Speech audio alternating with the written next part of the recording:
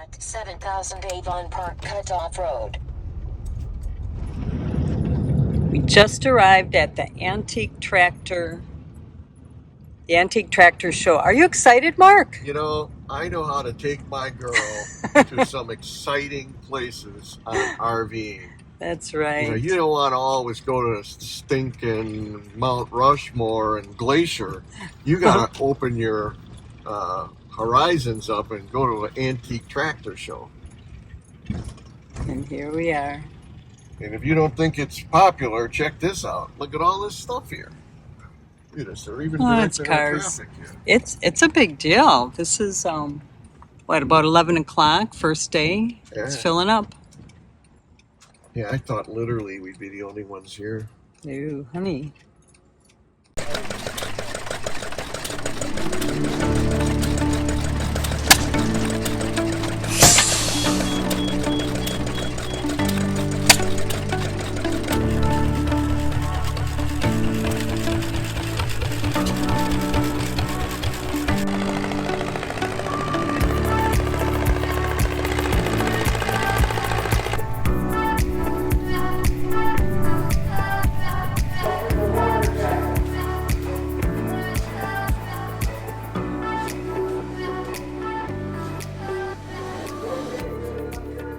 So I know we're in Central Florida. We're in Fort Meade, Florida, but it's got the feel of small town America.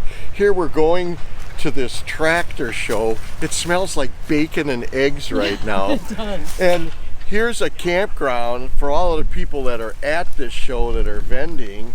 But you could also, this is apparently a giant campground here, and you could stay here all winter, you know, in the U.S. if you want. You know, the snowbirds are down here. But I'm thinking more about the bacon and the tractors. Oh boy. Yeah, in that order. So it's a beautiful day here, and Mark is talking about, smell that fresh air.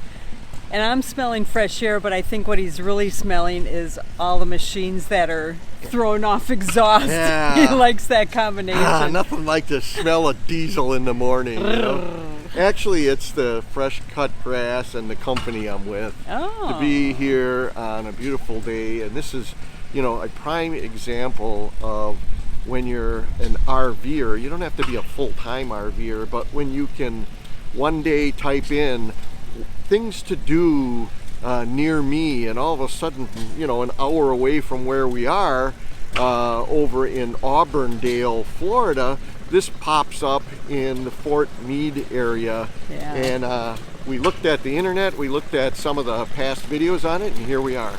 You know, we're all about new experience. This is my first, for sure. Yeah, okay, so I'm gonna see how much it costs to ride this thing, honey. Oh my God. You think you can handle that? You know, Sue, I feel kind of bad when you went horseback riding in South Dakota and you said I'd never go horseback riding again with you. You actually were quite wrong. I'm thinking about going right now. It's about your speed. Yeah, well, you'll notice this width, that was my problem. You know, it wasn't the wild action, it was the width. So I'm not kidding. That horse that I rode literally was 2 feet too wide, and it almost snapped me in half. But it wasn't for lack of trying, because you can see that Sue snuck up on me, and she actually caught me while I was practicing. You can see here, I'm making sure that I can get on that horse, because, you know, I'm pretty flexible, but I just had to make sure. And I knew there was going to be bridles on that horse, and I had watched plenty of TV shows, so I knew how to operate those babies. But the side saddle, that was a little nerve-wracking. So here you go. Yep, I practiced that. Now I probably would have did this for at least an hour to make sure I had everything right. But unfortunately, Sue found out that I was doing this, kind of interrupted me. I felt a little dumb, so I stopped. And then we went horseback riding at the Superstition OK Corral Stables. It was about an hour and a half ride, and I'm a little stiff, but I think with a little work in the hot tub and Sue giving me a the massage, I should be okay, and it's not that bad. Like, if I wanted to work in the oil fields as a pipe inspector, that would be okay now. But it's like when I was a little kid, there's construction machinery and diggers over here. Come on, honey, we got to check it out. So there's a lot of things in life that aren't obvious to non-engineering people, so I'm going to explain a few things. For an RVer, you go to a lot of different functions like this that have bleachers, and sometimes you have to get a little nourishment, you know, prior to the show. So if you get your food and you were to come here, that would be the type of dining if you were cutting something and eating. And this is probably the one I'm going to use because I'm a little bit on the short side. But if you're like really, really hungry and you just had to shove it in the old pie hole, oh my God, Mark. This is optimum. Perfect.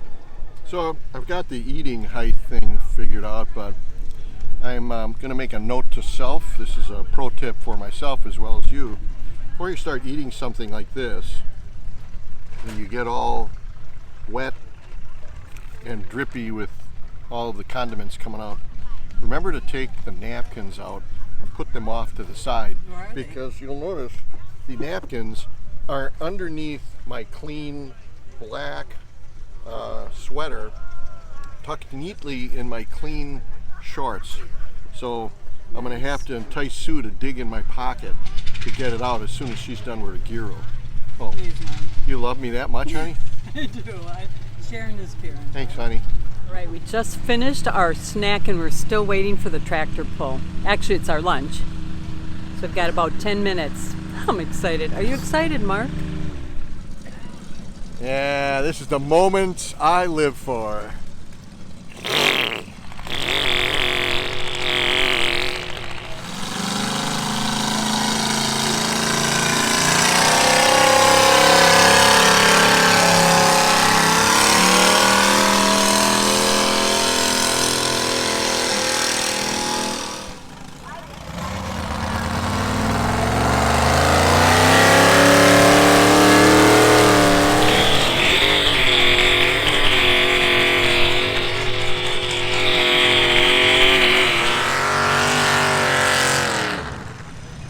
This is how you know you're married to the right woman, when she comes to a tractor pull with you while you're RVing.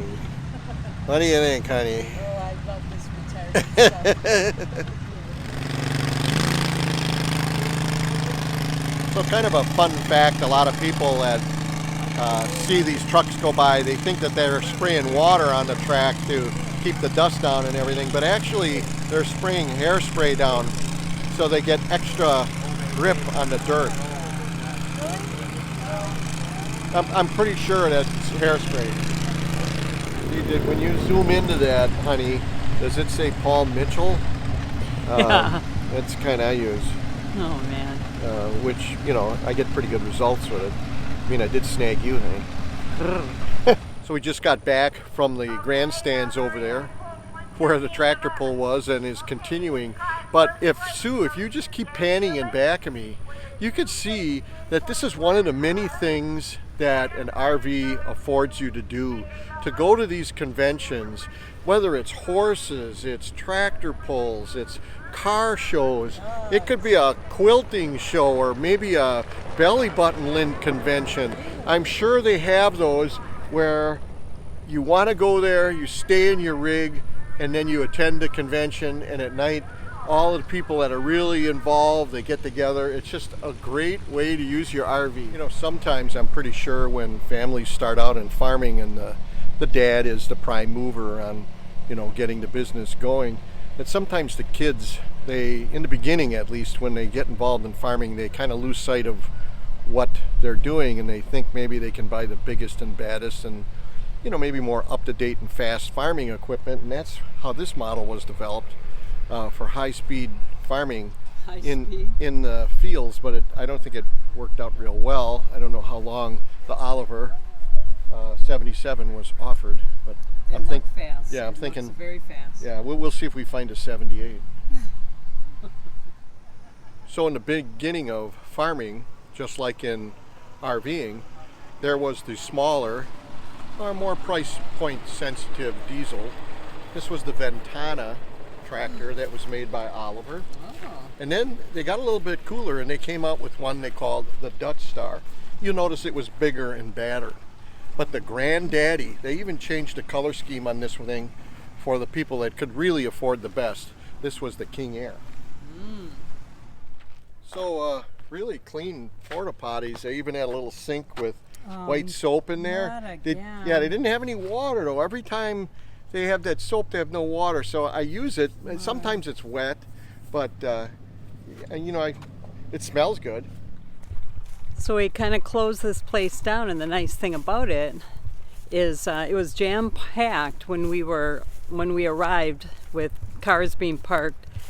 But now we were worried we wouldn't be able to find our car, but now we can see it. Well, and that's typical. It's an OJiM pro tip.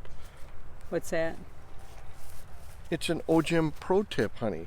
Oh, stay late? Stay late so everybody leaves. So the parking lot clears and your car's out. right there, and the only downside is if it doesn't start, you better have CoachNet. What? By the way, we have a video on CoachNet. I'll put it up in the corner. Okay. Thanks, Sam.